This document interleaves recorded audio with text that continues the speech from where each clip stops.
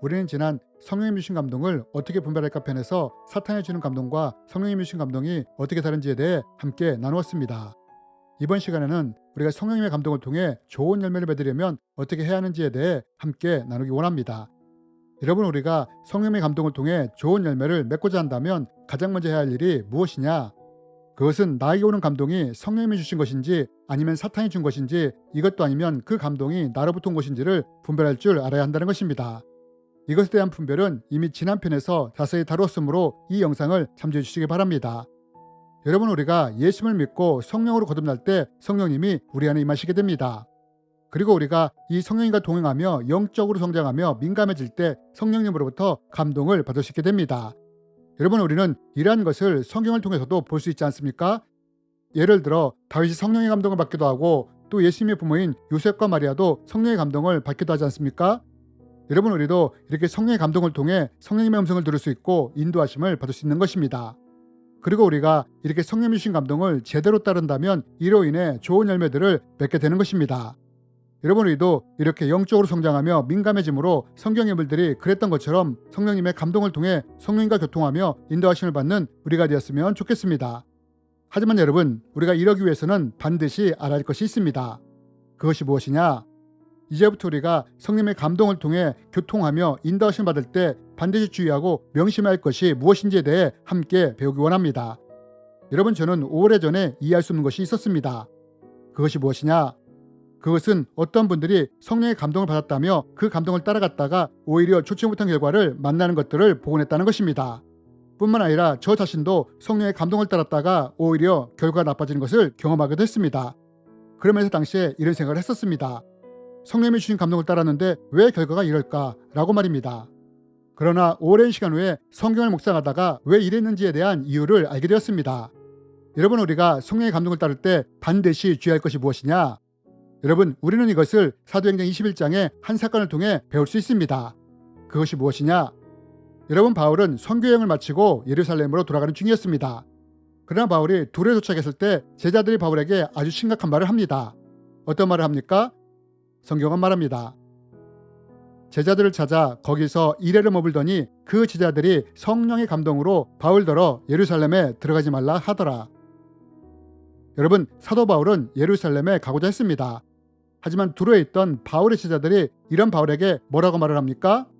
제자들이 성령의 감동으로 바울더러 예루살렘에 가지 말라고 합니다. 그럼 왜 제자들이 바울이 예루살렘에 가는 것을 말렸느냐? 그것은 이들이 성령님으로부터 바울이 예루살렘에 가면 박해와 고난을 받을 것이라는 감동을 받았기 때문입니다. 이뿐 아니라 아가부 선지자도 이와 똑같은 성령의 감동을 받습니다. 우리에게 와서 바울의 띠를 가져다가 자기 수족을 잡아매고 말하기를 성령이 말씀하시되 예루살렘에서 유대인들이 이같이 이 띠 임자를 결박하여 이방인의 손에 넘겨주리라 하거늘. 여러분, 왜 제자들이 바울이 예루살렘에 가는 것을 말렸느냐? 그것은 바울이 예루살렘에 가면 박해와 고난을 받을 것이라는 성령의 감동을 받고 말린 것입니다. 그런데 여러분, 우리가 여기서 주목해 봐야 할 것은 바울은 이런 이야기를 듣고서도 여전히 예루살렘에 가려고 했다는 것입니다. 그렇다면 여러분, 제자들은 성령의 감동을 받고 바울이 예루살렘에 가는 것을 말리고 있고 바울은 여전히 예루살렘으로 가려고 하는데, 그러면 여러분, 이들 중에 누가 지금 잘못하고 있는 것입니까?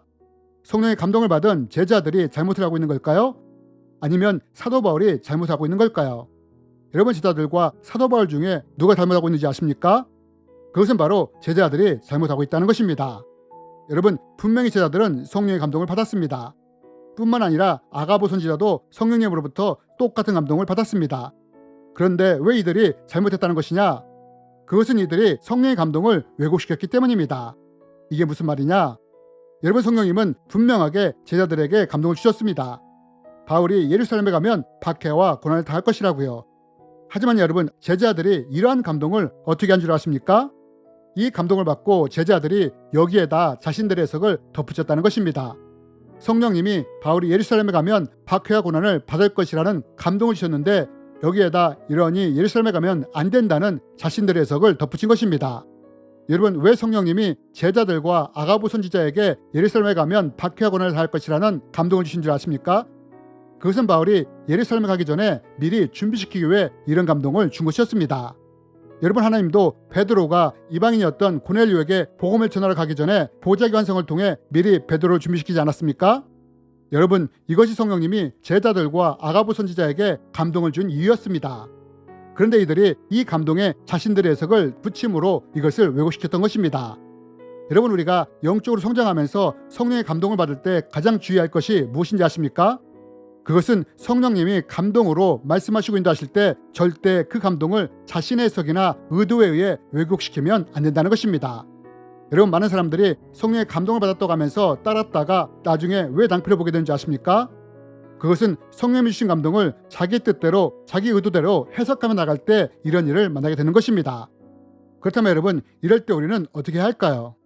여러분, 만약 우리가 영적으로 성장하며 영적으로 민감해진다면 우리는 기도 중에 또는 어떤 상황에서 성령님이 주신 감동을 받을 수 있습니다. 여러분, 이때 우리가 어떻게 하느냐? 첫 번째는 그 감동이 떠올랐을 때 먼저 이것이 성령님이 주신 것인지 사탄이나 내 감동인지를 분별해야 한다는 것입니다. 여러분, 이에 대한 분별은 지난 편인 성령의 감동을 어떻게 분별할까 해서 자세히 다뤘으므로 이 영상을 참조해 주시기 바랍니다. 그리고 두 번째로는 또 어떻게 하느냐? 그것이 성령님이 주신 감동이라는 확신이 들더라도 그 감동이 왔을 때 바로 움직이지 않는 것입니다. 왜냐하면 바로 움직일 때 자신의 해석과 의도가 들어가기 쉽기 때문입니다.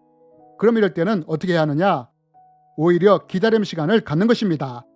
여러분, 빌립보서에 보면 이런 말씀이 있습니다. 너희 안에서 행하시는 이는 하나님이시니 자기의 기쁘신 뜻을 위하여 너희에게 소원을 두고 행하게 하시나니. 여러분, 만약 우리가 받은 감동이 성령님이 주신 것이라면 우리가 기다릴 때 어떻게 되느냐? 시간이 가면서 마음속에 소원과 갈망이 일어난다는 것입니다. 또한 이 감동이 성령님이 주신 것이므로 우리가 기다릴 때 성령님이 주도권을 가지고 우리를 이끄시며 필요한 상황과 환경을 열어가신다는 것입니다. 여러분, 우리가 감동을 받았을 때 이것이 우리가 기다려야 하는 이유인 것입니다. 감동이 올 때 바로 움직이면 자기 해석이나 의도에 의해 감동이 왜곡될 수 있기 때문입니다. 반면 기다릴 때 그것이 성령님이 주신 것이라면 성령님이 주도권을 가지고 우리를 인도해 가실 것이기 때문입니다. 그래서 감동을 주셨다면 성령님이 그 감동대로 우리를 인도하실 때까지 소원과 갈망을 가지고 기다리는 시간을 가져야 한다는 것입니다. 그런데 여러분, 우리가 이렇게 성령님의 감동을 따라갈 때 어떤 상황에서 확신이 서지 않는 일을 만나게 된다면 이럴 때 우리는 어떻게 해야 할까요? 여러분, 이때 우리는 기도원이 그랬던 것처럼 성령님께 어떻게 할지에 대해 사인을 구할 수 있습니다. 여러분, 기도원이 확신이 서지 않았을 때 양털 사인을 통해 하나님의 인도하심을 구하지 않았습니까? 여러분, 우리도 이렇게 성령님께 사인을 통해 인도하심을 구할 수 있는 것입니다. 그리고 이렇게 성령님이 우리를 감동을 통해 인도하실 때 우리가 이 감동을 왜곡시키지 않고 제대로 순종하며 따르게 된다면 어떻게 되느냐? 결국 다시 고백한 것처럼 성령님이 우리를 푸른 조정과 쉴 만한 물가로 인도하신다는 것입니다. 즉, 우리가 성령님의 음성을 제대로 듣고 따르게 된다면 결국에는 좋은 열매를 맺게 된다는 것입니다. 여러분, 우리는 사도 바울이 제자들의 말이 아니라 성령님이 주신 로마에서도 복음을 전해야 한다는 이 말씀을 끝까지 붙잡고 나갔을 때 로마가 복음으로 정복되는 것을 보지 않았습니까? 여러분, 이렇듯 우리가 성령님의 감동을 왜곡시키지 않고 온전히 순종하며 따르게 된다면 우리를 통해 하나님이 원하시는 좋은 열매들이 맺히게 된다는 것입니다. 주님의 이름으로 여러분을 축복합니다.